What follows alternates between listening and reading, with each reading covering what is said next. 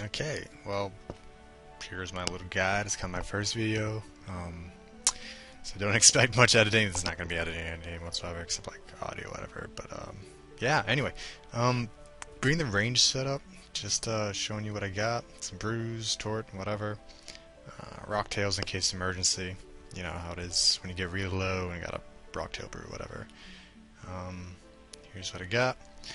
Standard void stuff. Pheonix necklace. Don't bother with fury. The thing's defense is like 0. You will hit almost every time. And saying that, I'm probably gonna miss once. But yeah, let's go.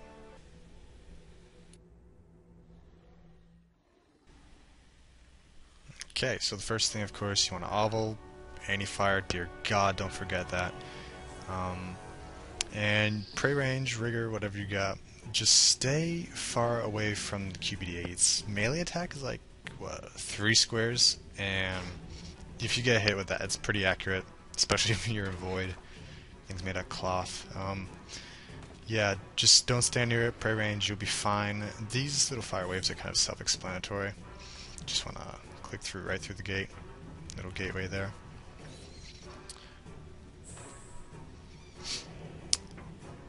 This, what, I think there's 3 phases, something like that? I don't know, we'll count later. But first phase is basically slow, whatever. He'll range you like this and hit zeros.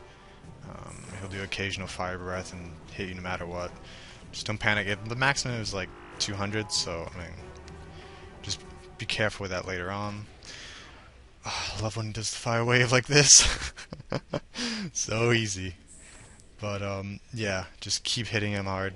Stand next to the little pillar right there, because you don't want to waste a tick. Like, once you lower his health all the way to 0, he'll start spawning creatures, and if you hit, the longer basically it takes you to hit the crystal, the more he'll spawn, so just hit it ASAP. Pretty soon, this is the second phase now, pretty soon he'll spawn tortured souls. Do not panic.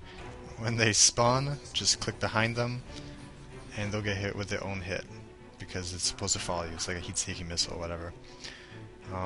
You do it too soon, you'll screw it up, so just be careful with your timing and just don't panic.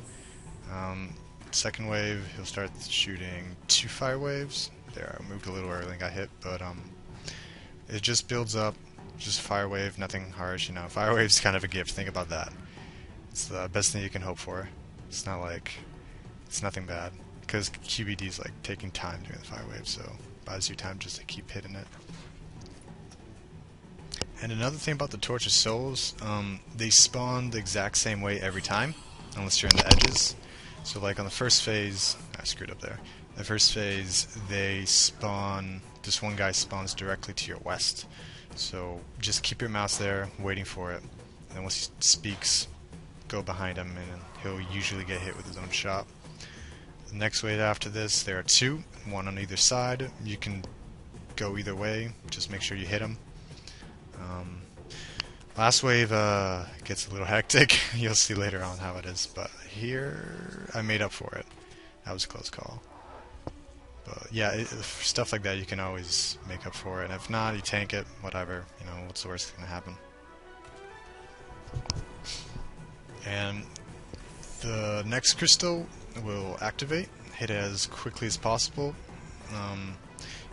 Every time the QBD's low, you want to stay near the crystal as, you know, as close as you want. Don't be on the east side when the west crystal's going to open, because you're just going to be spawning more growth worms.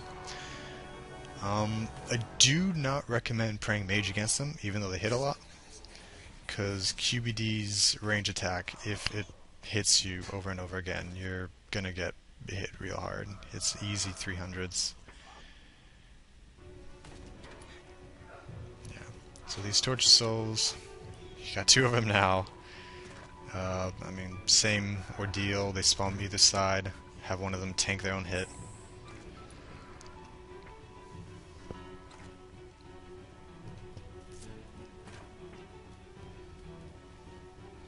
Oh god, I love the fire wave. Actually, you know, the fire wave is, I think, my favorite attack from it, just because I can like move around it and still hit it. I don't know. It's really fluid, I like it. then you want to move. Oh, this is going to be interesting. So those spawn. QBD's low health. You do not want to kill it now, because you'll have to deal with the tortured souls. So you want to just deal with them as soon as possible. And then, unless it's the last wave. And this one's tricky. Even though it's low health, do not hit it, because it's going to activate crystal. And you're going to have to either wait till the entire fire wave's gone, or you're going to have to like tank out the fire wave. Not recommended. Wait till it passes. Hit it. QBD, move the crystal, get back, kill the groat worm. Now that you did the, what is this phase? I think this is the last phase? Yes, it's the last phase. Okay, last phase. Careful this part. Oh god. When they spawn, they will spawn on all four corners of you, and basically you have to run instead of directly east or west, you have to run diagonal. Remember that. Sometimes it doesn't work, just be prepared to tank it. One of the ghosts will sometimes teleport to the edge, and it'll start saying time is short. Kill him as soon as possible. Otherwise he'll do the, what's that thing called? Time stop. And you can sometimes get tanked, sometimes nothing happens. You just better hope, you know, QBD doesn't, you know, do fire wave while you're frozen.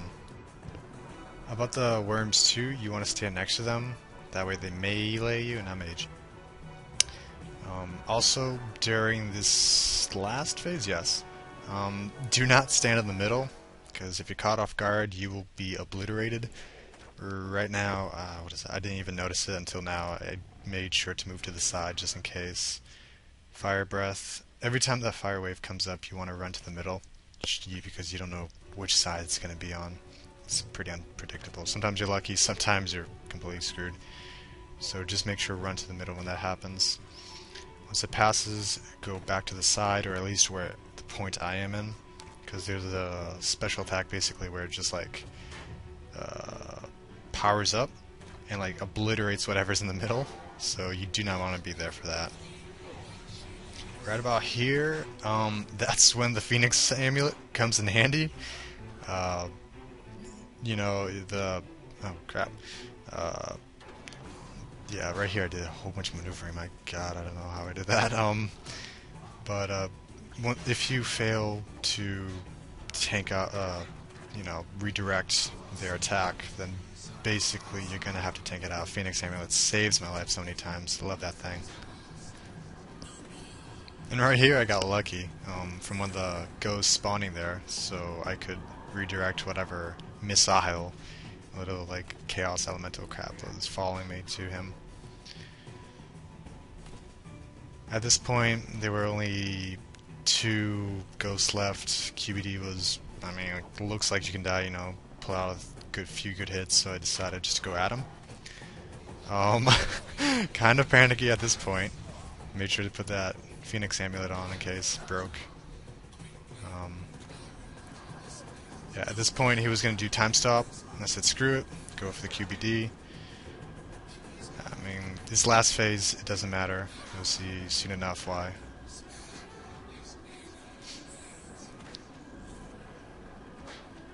And that's when his time stops.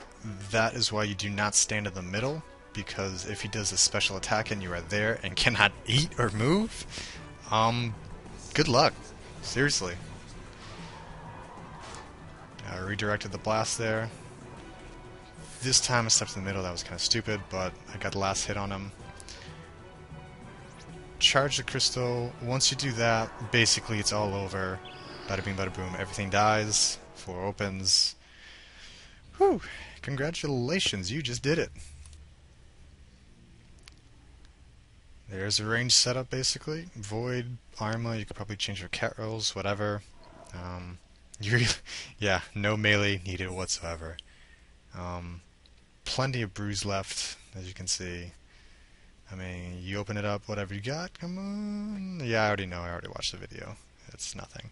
But if you're not satisfied, and you brought, like, extra brew and antifire, you could do it again. Go for it, man. Sometimes I do 2 trips, 1 inventory. It's pretty sick. So, yeah, good luck with the QBD.